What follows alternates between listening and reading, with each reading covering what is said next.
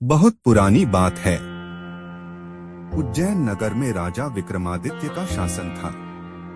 वे बहुत ही बहादुर और न्यायप्रिय राजा थे।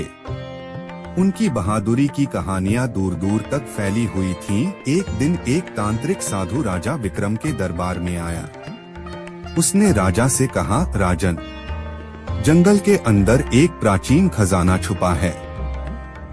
वह सिर्फ आपके भाग्य से ही मिलेगा, लेकिन इसके लिए आपको एक कठिन काम करना होगा। आधी रात को आपको जंगल के पुराने बरगद के पेड़ पर लटके बेताल को पकड़कर लाना होगा। राजा विक्रम बिना डरे तैयार हो गए। रात होते ही वे तलवार लेकर घने जंगल में पहुंच गए। पूरा जंगल अंधेरे में डूबा था। झींगुरों की आवाज, पेड़ों की सरसराहट, डरावना माहौल, लेकिन राजा का हौसला नहीं टूटा। बरगद के पेड़ पर एक भूत बेताल उल्टा लटका हुआ था। राजा ने बेताल को पकड़कर अपने कंधे पर डाल लिया और चल पड़े। तभी बेताल हंसते हुए बोला, राजा विक्रम, मैं तुम्हें एक कहानी सुनाऊंगा।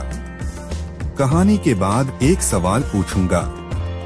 अगर तुमने जवाब दिया तो मैं फिर उड़ जाऊंगा। अगर चुप रहे तो मैं तुम्हारे साथ रहूंगा। राजा चुप रहकर चलते रहे, लेकिन बेताल ने इतनी रोचक कहानी सुनाई कि राजा से रहा न गया। उन्होंने उत्तर दे दिया। उसी पल बेताल फिर उड़कर बरगद पर जा लटका। राजा फिर पेड़ पर पहुँचे, फिर बेताल को पकड़ा।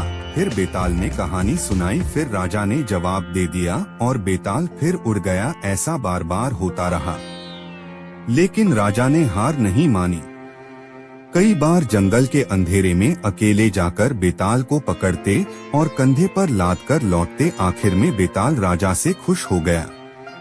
उसने राजा को बताया, राजन, वह साधु तुम्हें धोखा दे रहा है। वह तुम्हें बलि चढ़ाकर खजाना लेना चाहता है। तुम मेरी बात मानो, तभी तुम बच पाओगे। राजा विक्रम ने बेताल की सलाह मानी। उन्होंने अपनी चतुराई से साधु को हराया और खजाना भी पाया। बेताल को उन्होंने मुक्त कर दिया। इस तरह राजा विक्रम की बुद्धि, साहस और न्याय की गाथा अमर हो गई। आज भी लोग कहते हैं, धैर्य और हिम्मत से हर मुश्किल आसान हो जाती है।